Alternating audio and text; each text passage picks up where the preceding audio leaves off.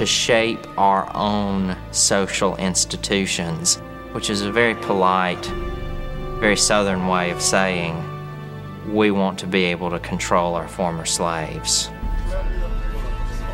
At great personal risk, African Americans held political meetings to get out the vote.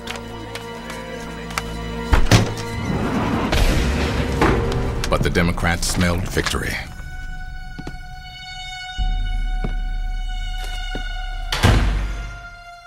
On November 7th, 1876, everyone who dared went to the polls.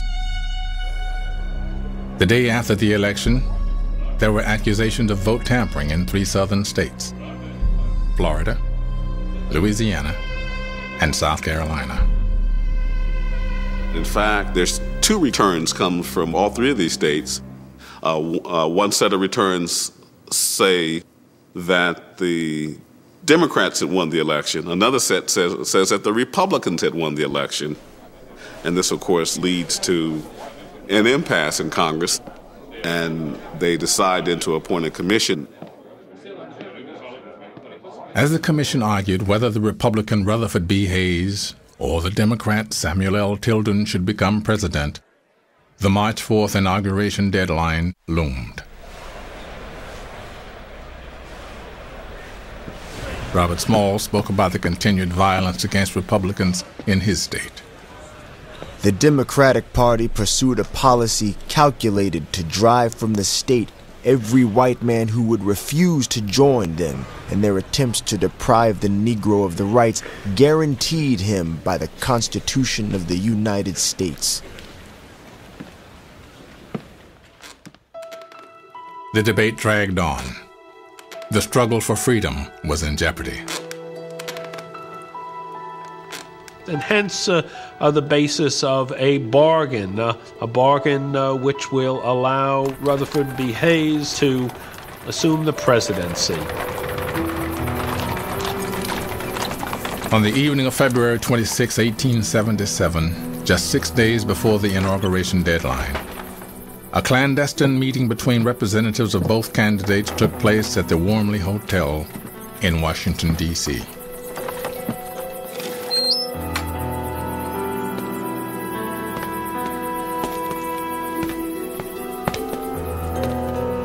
They've sort of come to an agreement that we're no longer concerned about the rights of African Americans as voters, and to put the Negro question on the back burner and not worry about it anymore. And they literally turn African Americans over to the South. In other words, to remove the final forces of the federal government providing protection in the South for black and white Republicans. Well, the deal is struck.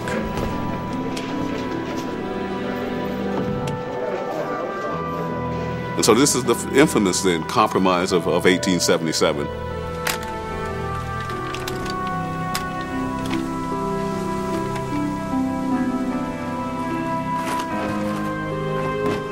The message that goes out to African Americans was that the destiny of African Americans was not at all connected to the destiny of the nation.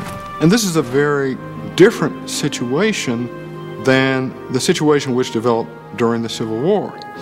Because one of the things that we understand and understand very clearly is that when the Emancipation Proclamation was issued by President Lincoln, Lincoln was saying that the destiny of African Americans was linked directly to the destiny of the nation. We would rise or fall together.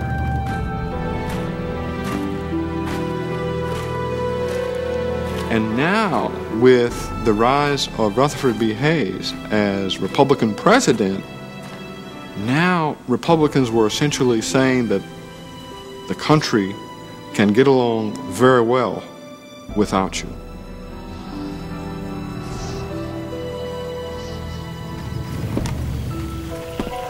After the Compromise of 1877, African Americans found themselves increasingly forced out of politics.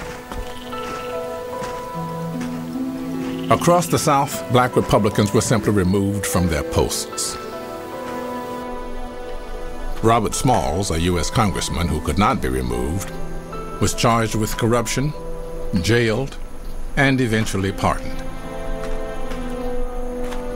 They did to Robert Smalls what they did to a lot of prominent black politicians at that time. And those charges haunted Robert Smalls for the rest of his life. But Robert Smalls was a very brave man, not just stealing the planter, but his fighting in 17 battles in the Civil War. He wasn't afraid of gunfire. He wasn't afraid of standing up to people who were armed when he was not. He had immense personal courage. Robert Smalls never gave in. To the disdain of the Democrats, he continued to run and be re-elected from his predominantly black district for 9 more years. His leadership would give hope to his people in the years of uncertainty to come. Across the South, Democratic leaders did all they could to erase Reconstruction from their minds and from the law. Gradually, African American voters are intimidated to the point where they all but cease to be allowed to vote. Mississippi passed a series of laws that allowed legal discrimination against African Americans in almost every phase of life.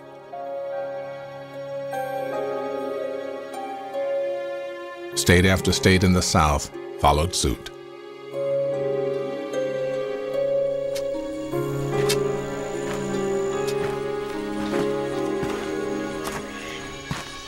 As the old slave system was turned into a new system of servitude, many African Americans stayed to fight on the soil they had always called home. Others took their fate into their own hands and joined the movement west.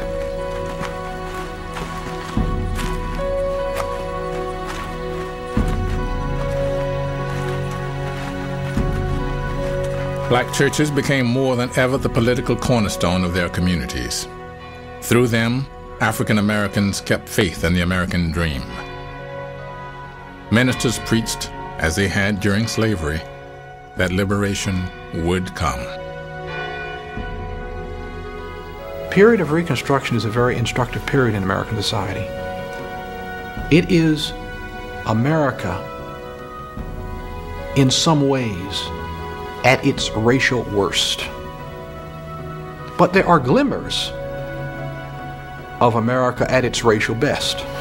This moment when people, with everything in the world, including history against them, had exercised both democracy and political power, real political power.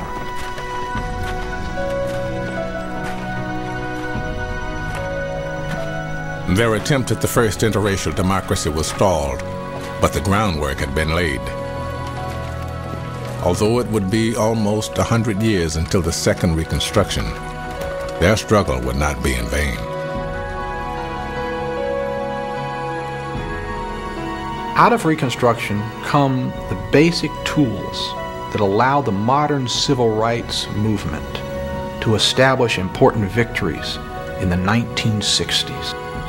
Without the 14th Amendment, without the 15th Amendment, the civil rights movement would have had very little foundation upon which to build. So that Reconstruction really does have an important impact on all of the generations that follow.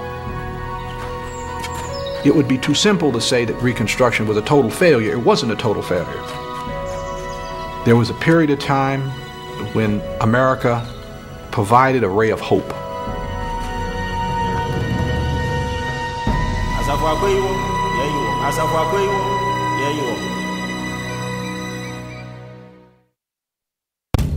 Experience more of the personal stories, triumphs, and challenges enslaved people faced at pbs.org.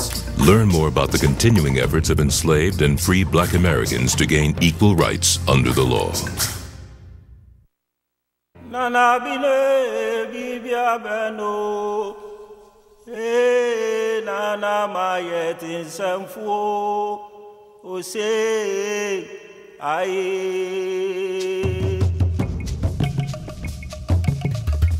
Osubetom frama for boy, ebekoro sana bide.